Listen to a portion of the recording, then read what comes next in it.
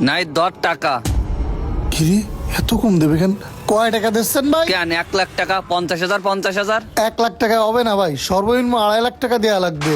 হ্যাঁ, কিরাম পাল্টি দিলেন ভাই? সিনেমায় তো এরকম পাল্টি দেয় না। তোর সাথে কন্ট্যাক্ট ছিল 1 লাখ টাকা, দিতে চাইলাম 80,000 টাকা, সেখানে দিছি 1 লাখ টাকা, তাও আবার 2.5 লাখ টাকা চাচ্ছিস? চাবো না?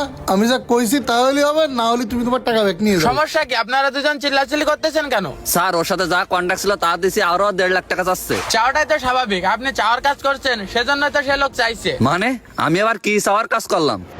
আরে কাদার মধ্যে ভাল লাগে। এই যে ভাই ভাই, আপনাকে বলছি একটু এদিকে আসেন, ও শোনেন। আমি? হ্যাঁ কি হয়েছে ভাই? ভাই, লক্ষণপুর মৌজা 132 নম্বর দাগের আকবই কোনটা? এই ভাই করছে কি লক্ষণপুর 132 নম্বর দাগ আখেত? ও ওটা তো আমারই। তা কি হয়েছে ভাই? আপনার কি ওই কালীগঞ্জ চিনি মিলের কোন লোকের সাথে আগের বিষয়ে কথা হয়েছে? হ্যাঁ ভাই কথা তো হইলো।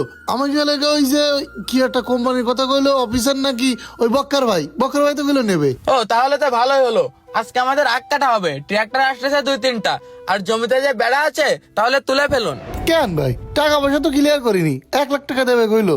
তো টাকা পয়সা না দিয়ে কিরা আমার কাটতে এসেছে। কি 1 লাখ টাকা মানে? স্যার, অনেক খোঁজাখুঁজির পর একটা বই পাইছি, দাম কিন্তু অনেক চাচ্ছে। কি বলতেছো অনেক দাম? 3-4 লাখ গত তো বছর হবে। তো আমরা এর থেকে ভালো ভালো আখ কিনলাম, আমরা বিঘে 1 থেকে 1.5 লাখ টাকা, তাহলে এবছর এত দাম কিভাবে হলো? স্যার, এবার তো বন্যা হয়েছে, এই জন্য আখের দাম বেশি। আমি একটা স্যাম্পল আনিছি, আপনি স্যাম্পলটা দেখেন। স্যাম্পলটা দেখলেই আপনার খুব পছন্দ হবে না। দেখছি তো, আখগুলো খুবই ভালো। তা এই আখের দাম কম হবে না? স্যার, আকবর মালিক তো 3 লাখ টাকা চাইছিল, আমি কই বলে 2.5 লাখ টাকা করেছি। আর আখের চেহারা তো দেখছেন অনেক সুন্দর। হ্যাঁ, আখটা আমারও খুব পছন্দ হয়েছে। তুমি তাহলে ওকে ফাইনাল দিও, আর 2-1 এর ভিতরে কোম্পানি থেকে গাড়ি পাঠিয়ে মাল কেটে নিয়ে যাওয়া হবে। মানে কি করছেন ভাই?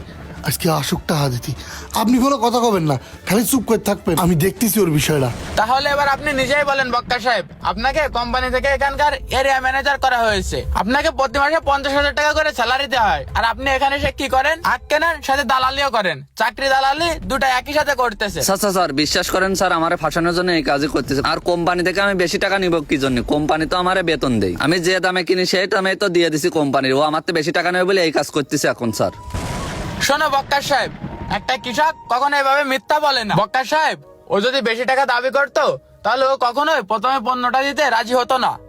আপনি অল্প টাকায় মাল কিনছেন ঠিক আছে, কিন্তু আপনি কোম্পানিকে ঠকাচ্ছেন। স্যার, বিশ্বাস করেন, ওরা 2.5 লাখ টাকায় দিচ্ছি। ওই সময় কিছু টাকা বাকি ছিল, সেই টাকা দিচ্ছি এখন। এই মিথ্যে কথা করার জায়গা পাও না তাই না? তুমি আমার করে টাকা দিছো, 1 লাখ টাকাই তো দুর্বিন দিছো আমার। এখন দালালি করার জায়গা পাও নি তাই না? স্যার দেখেছেন কিরকম চোখে মুখে মিথ্যে কথা বলছে। ফালতু কথা কওয়ার জায়গা পাচ্ছিস না তাই না? তোর আগ বিক্রি ছিল না, আমি আরো বিক্রি করে দিলাম। একদম কান মুখ ফাটাই দেবো তোর। কান মুখ ফাড়াবা এই দেইছো একদম, এই দিয়ে মাথা এই ফাটাবো। থামুন থামুন নাইট সাহেব, আপনারা যা করছেন তাতে করে আমাদের কোম্পানি বিবাদে পড়ে যাবে। আপনার ন্যায্য পাওনা আমরা দেব। আর বক্কা সাহেব, আপনার বিচার হবে। এখন থেকে 3 মাস আপনি চাকরি করবেন, 3 মাস পরে আপনার চাকরি থাকবে না। 1.5 লাখ টাকা খাইছেন তো, 1.5 লাখ টাকা শেষ হয়ে গেলে আপনার চাকরিও চলে যাবে। আচ্ছা স্যার, স্যার গলে বলি বাইসে গেলে এসকে। আপনি 3 মাস বিনা বেতনে চাকরি করবেন, 1.5 লক্ষ টাকা খাইছেন তো, আপনার 1.5 লক্ষ টাকা 3 মাসে শোধ হয়ে যাবে।